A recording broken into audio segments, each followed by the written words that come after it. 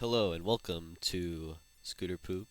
Not really sure what to call it. Some sort of geek paradise, but I'm sure that name is probably taken as every other uh, reference to geekdom is. So this is just gonna be my first non-guide video. It's only my fifth video, so not much. And I decided to take time and talk about manga, anime, all that good stuff that I think sort of divides a lot of geeks. There's lots of people play games and stuff like that, but then there's like a sort of separation between those who like anime. There's some who like only American comics, and then there's some who like both, and there's some who like none at all. I think that's childish, and I mean if you're playing games like Dota and Warcraft or World of Warcraft, I mean you're pretty much still a kid. I mean, we're all kids on the inside, and damn proud. That's what it means to be a geek. So, I'm just going to look over some anime and manga, uh, and give my little reviews of it. Try to maybe suggest. I don't know. I'm probably just gonna go over popular ones right now. So the first and most notable one of the modern world is Naruto. Of course, I remember first hearing about it when I was ninth grade. So how long ago was that? That must have been, I don't know. It was a while. I'm 22 right now, so you can go calculate that. Um, yeah, it was a while ago. I started reading around the time they had 140 issues out, something like that. So I quickly read up on it. First manga I ever read. Um, and it was incredible. Uh, the ninja, of course. It just what I love most about most stories, not even just story like anime, but stories in general, is that the author creates their own world for it.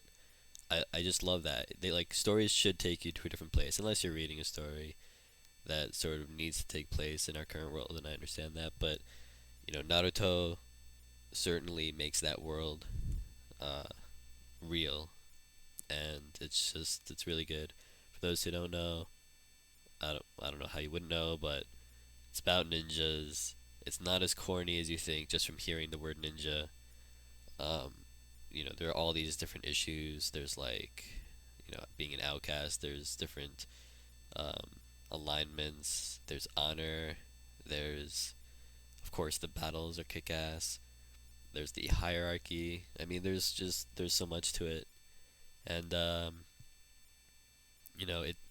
it certainly scales well. That's one of the most important things about a manga is that it scales from someone being maybe perhaps not the best and becoming the best.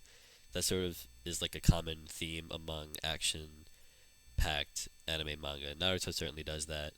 You have this kid who barely becomes a ninja in the beginning, and you see his progress, and that's just really good to see. Some anime manga will have a character, most actually, I guess, will have a character that's stronger than most, just not the maybe not the best, and then has to prove himself the best, like DBZ. I mean, Goku way stronger than the average person, but when you compare himself from Dragon Ball as a little kid to where he ended up, I mean, he was he was pathetic.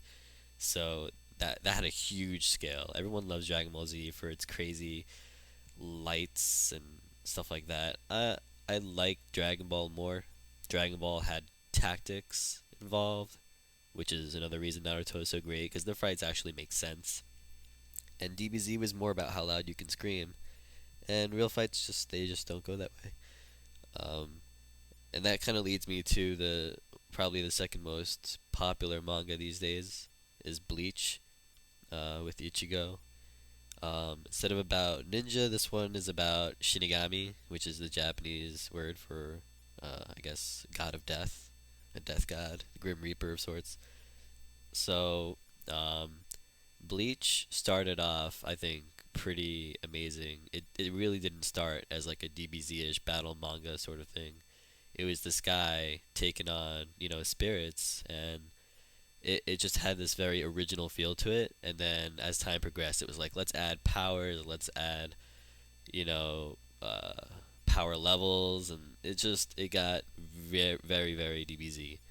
Um, and of course, I still read it because I'm loyal to it, and the action scenes are good. But I personally don't feel it's as good as it used to be. Even though it was like somewhat boring, it was pretty much best around the time of the Soul Society arc, and then has sort of sucked all around that. But I think the beginning part of it was a nice start for a manga. Um, so yeah, that's Bleach. It's mostly now about how loud they can scream. If you remember in DBZ, like around the time of, well, not DBZ, in DB, when Tien could levitate, that was like a cool new thing. Like, holy crap, you can levitate. And then after that, like Goku did some training, Piccolo appeared. Like all of a sudden, everybody could just start flying everywhere, which is flying. I guess is really just levitation, but in direction, technically.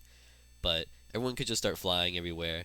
And they introduced the same thing in Bleach. It was like, oh, I'm standing on like the energy, the Ryatsu particles or some bullshit. So all of a sudden, everyone started flying in that too. Very similar. Um, I'm perhaps not as big a fan of Bleach as most people, even though I still read it and probably no more. And the third most popular is One Piece, and One Piece is probably one of the more controversial popular ones. From what I understand, what people say, you either love it or you hate it. I never read it around the time of Naruto when I started reading Naruto, but it like within a year, I had extra time. I was like, hey, let's check this out, and it was really impressive. I mean, it like like Naruto, it created this whole other world, and it had a really interesting story. And the character similar to Goku and Ichigo and whatever, they're stronger, but they're certainly not the strongest. And you do learn that, and it's just his adventure on trying to be the Pirate King. And I don't know, I like the humor. I think the battles are pretty good. Um, it's, I mean, there's no like powering up, but it is less strategic, I suppose. More like you'll see like the swordsman Zoro, or I guess English will be Zolo or whatever. Uh, he does like a little slash move and he beats somebody, and like there's not much sense to that. There's just he's better, and you have to just accept that. But the storyline I think is pretty great. The humor is pretty great. I just there's something about it. There's some sort of like magical quality for me. It's like kind of Willy Wonka-ish. Like it's just it's pretty fun. That's a good word for it. Is fun. Um, so I'm probably gonna split these up into different videos. This is first. I think I got a good chunk of the most popular ones out of the way.